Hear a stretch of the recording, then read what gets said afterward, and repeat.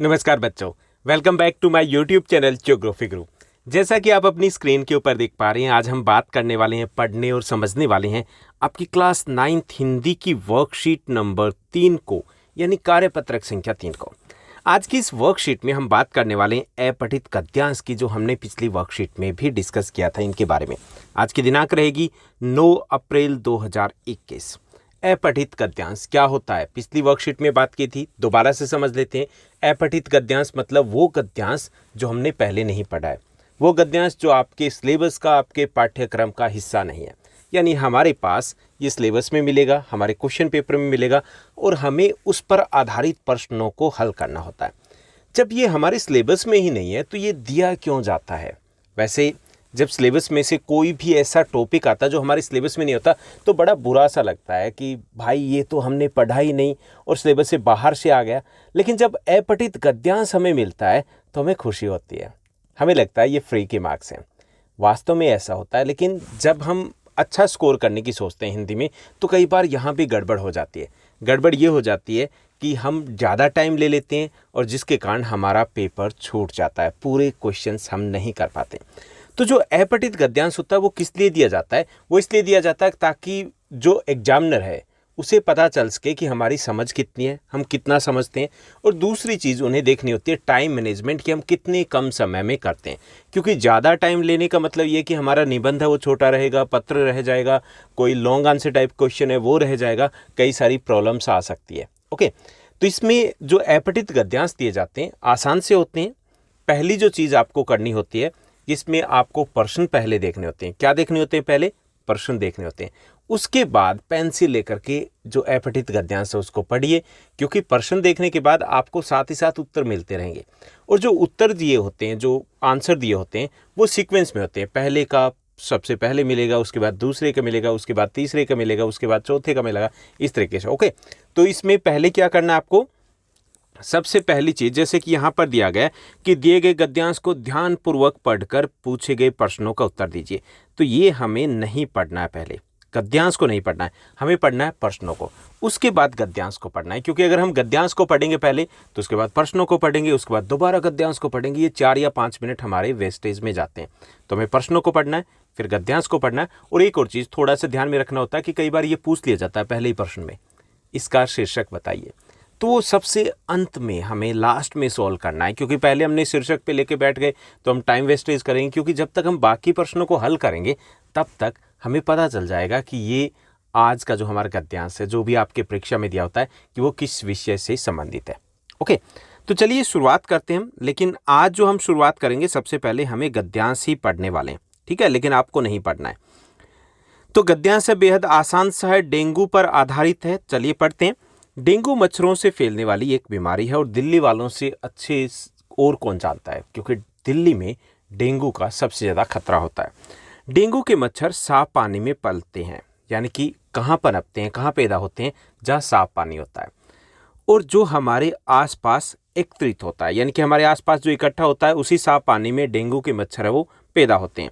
जैसे कूलर का पानी है, गमले का पानी है, जो टूटे फूटे छत के ऊपर हम बर्तन फेंक देते हैं उसमें पानी इकट्ठा हो गया, या पुराने टायर इत्यादि अगर छत के ऊपर है उसमें पानी इकट्ठा हो गया, तो जो साफ पानी है उसमें ये पैदा होते हैं।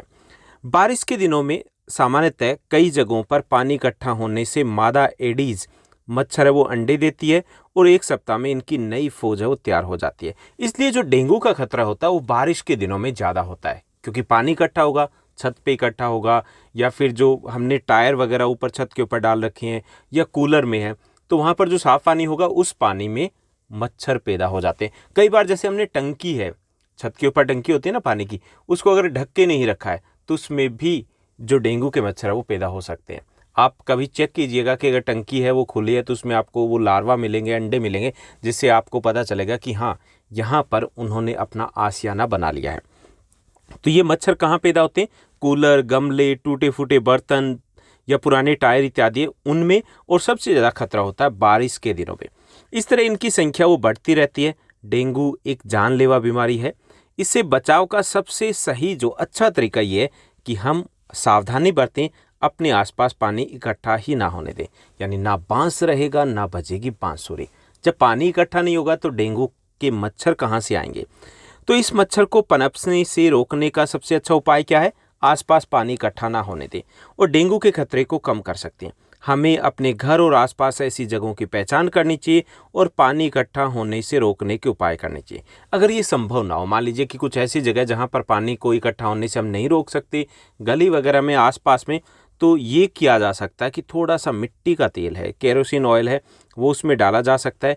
इससे हम न केवल अपने परिवार का बल्कि आसपास के लोगों को भी डेंगू से बचा सकते हैं। तो ये हमने पढ़ लिया, ठीक है।